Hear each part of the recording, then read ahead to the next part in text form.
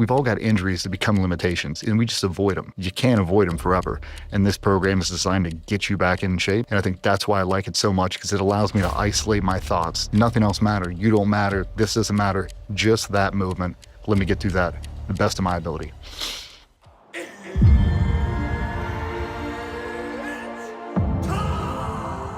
I came back from a gnarly shoulder injury. I blew it, I had a dislocation. It came through my armpit, shredded out everything from about 215 to about 180 pounds. Worst I've ever been in my life. Worst my mental health has ever been. You cannot go through the rest of your life like this. He's like, you're not even 40. And we built back to, I can do sets of 25 pull-ups now. You're 6'1", 215? Yep. You're doing sets of 20? Yeah, 20, 25. It's not gonna happen on day one. I've had all the injuries that everybody else has had. I've had double hip surgery, I've had double shoulder surgery, I've had my abdomen blown through a couple times. I've had them all. We've all got injuries that become limitations, and we just avoid them. You can't avoid them forever. And this program is designed to get you back in shape. But Monday's whole day from the floor, Tuesday's a press day, Wednesday's an upper body, lower body disassociation, Thursday is the most brutal leg day you've ever had, and Friday's a really... Let's talk about what you call unracking at 07. Former Tier 1 operators have the lingo. So that, I'm guessing, is that unracking the weight? That's when the workout starts. Phone is off? Phone's on because we run an app on it. Okay. So we have Vernon Griffith. But you're not looking at text messages. No. And you're not shooting selfies of your calves and biceps. Right. I point that out in semi-jest because I always joke that the first rep of every set now seems to be guys in the gym taking pictures of themselves. Yeah. The last rep of every set seems to be guys taking pictures of themselves. So 07. So what's that workout look like? You're doing it 5 days a week. I know it's gonna be different for different people, but you have this program that I really wanna explore with you today. What does that workout look like for you? But Monday's a pull day from the floor, usually trap bar deadlifts, and we do those because of all the injuries. I've got a really long torso. It puts my back in a weird precarious situation, so we do trap bar deadlifts. We do those, a lot of pull-up work, a lot of grip work, a lot of core stability stuff. Tuesday's a press day, heavy upper body, bench, incline, that kind of stuff. Wednesday's an upper body, lower body disassociation. So we get the upper body moving in one direction, the lower body moving the other. A lot of core stability. Example of that? We'll do a lot of banded work. We'll drop down to a knee, like almost in a shooting position, and we'll do cross body pulls with bands, resistance training. So rotational stuff and sort of anti-rotation stuff. Yeah. Okay. On that day, we'll do plyo stuff, box jumps, height, distance and broad jump, that kind of stuff. Farmer's carry walks, and all the stuff, just trying to connect all the dots. Thursday is the most brutal leg day you've ever had, and it's amazing. We got belt squat machine, so anybody who walks in, regardless of the injuries, limitations you have, we have equipment to accommodate that. And when you say brutal leg day, I have a belt squat. I love that thing. I love throwing a lot of weight on that thing. It's nice it doesn't load the spine up, but I like to think it's brutal. Can you describe, are you talking about like an hour and a half, 2 hours of it's usually from 7 to 9. Low weight? High weight, pretty high repetitions. So high weight, high repetitions. Trying to. Yeah. Always trying to push, but a lot of single leg movements, Bulgarian split squats. A lot of lunges with heavy weight. 70 pounds in each hand. For me, that's a lot of weight. So not calf raises, leg curls? No. But on some days we'll do a feel good day. Like some days we'll come in, he'll take a pulse of the whole room and he'll go, we're all gonna hit the same muscle groups. We're just gonna do it in a more traditional. So we're gonna do hamstring curls, leg extensions. We're gonna do belt squats. We're gonna do pulsing lunges. Really just pump the blood flow and just chase a really good pump. Everybody loves doing that. And Friday's it's a feel good day. It's an arm day. We'll do some shoulders, some accessory work. And then we add in sprints in between, probably 2 to 3 days a week. 200 meter repeats, 300 meter repeats. Done where in the workout? In between sets? At the end. At the end. Yeah. We always save it at the end, and we always did that with the military too. It always ends with a run. And I've tried every combination, doing sprints, pre and post, and it really just zaps the workout for me. Yeah, Pavel Tsatsouline, the Pavel Tsatsouline sat in that chair right where you're at now and said, if your goal is hypertrophy and you're gonna come in and do a pumping workout, it doesn't really matter if you do cardio first or last. If you're serious about strength and performance and form, do your cardio after, if at all, because a lot of times those kettlebell workouts or some of these leg workouts, they're not quote unquote cardio, but they definitely get heart rate up in a serious way. So on Wednesday, if we're doing a sprint workout, it might be 10 by 40, 50 meter sprints, right? Nothing crazy. We'll do that at the very beginning, get the fast switch muscle fibers going, and then we'll do whatever the normal Wednesday workout is. And then we go to the flat range every Wednesday. So we train. We bring him out too, so all the stance, the grip, the presentation, everything we talk about in the tactical setting, he's there with us. So when I talk about flexing your right glute to add stability to a stable shooting platform, he's there driving home. This is why it's important. Think big toe down, drive your heel down.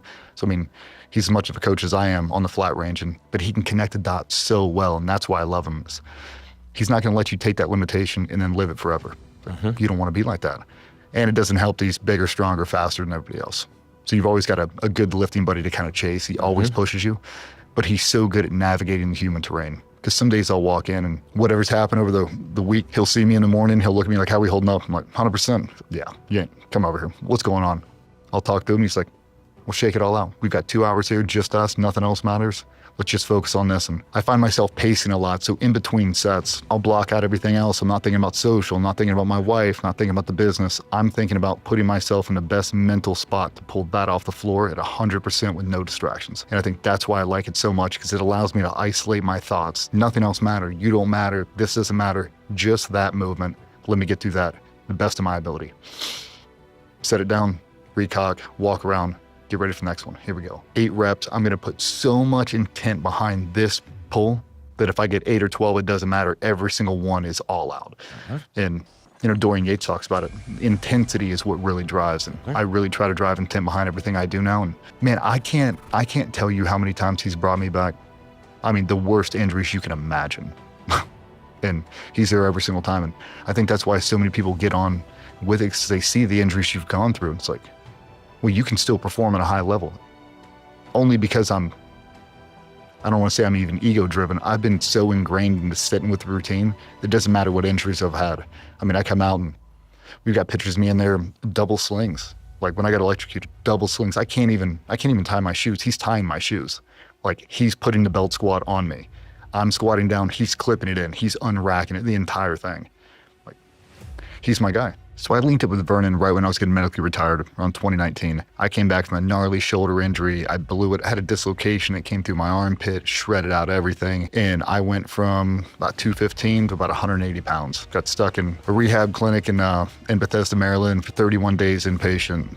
And I came out like death warmed over. Worst I've ever been in my life. Worst my mental health has ever been. I did not want to play the game anymore. And the Navy SEAL Foundation hooked you up with this physical rehabilitation program in Virginia Beach, ran by a former SEAL, and Vernon was the lead strength and conditioning coach. And he was my coach. And we walked in, we did full body assessments. And what's interesting about him is he took all your limitations and developed concepts and movements to establish confidence in that area. So when I came back, day one, he's like, okay, let's try to hang from the bar. I looked right at him. No. He's like, what? No, I'm not hanging from that bar. I'm done.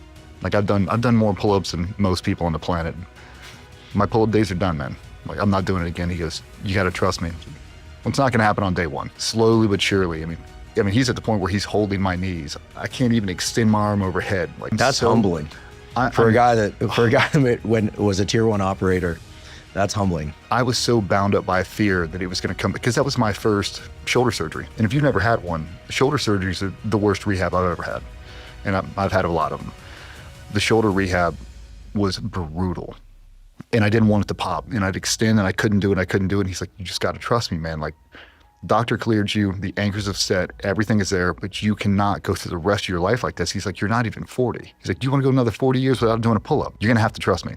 He'd pick me up by the legs, I'd put my arm on there, and he'd slowly but surely start to extend me down until we got full range of motion. And we did that for days and weeks. Then we went to a band, and we took the band off. I just want you to hang. Now we're going to focus on going back up. And we built back to, I can do sets of 25 pull-ups now. You're pulling your weight, which is what right now? I'm like 215. You're 6'1", 215? Yep. And you're doing sets of 20? Yeah, 20, 25. Non-kip pull-up. Yep, and it's all bouncing back from him. But the whole program we did, because I'm not a unicorn by any means, but I've had all the injuries that everybody else has had. I've had double hip surgery, I've had double shoulder surgery, I've had my abdomen blown through a couple times. I've had them all. I've had thumbs I've had to rebuild and restructure. Blown through. Just everything. Yeah. When I got electrocuted, it blew out everything. Yeah. And we had to rebuild that entire thing. So all the guys that are in this process, if you're a SWAT team, a fireman, on a SEAL team, anybody in between, we've all got injuries that become limitations, and we just avoid them. You can't avoid them forever. And this program is designed to get you back in shape. It grows with you as you go. So every single week, you're chasing numbers from the week before and pushing. On the days you don't have it, on the days you wake up and you're bound up, just lacking motivation, we're going with 100% of what we have to offer. That might be 75%. I'm giving 100% of the 75 I have today.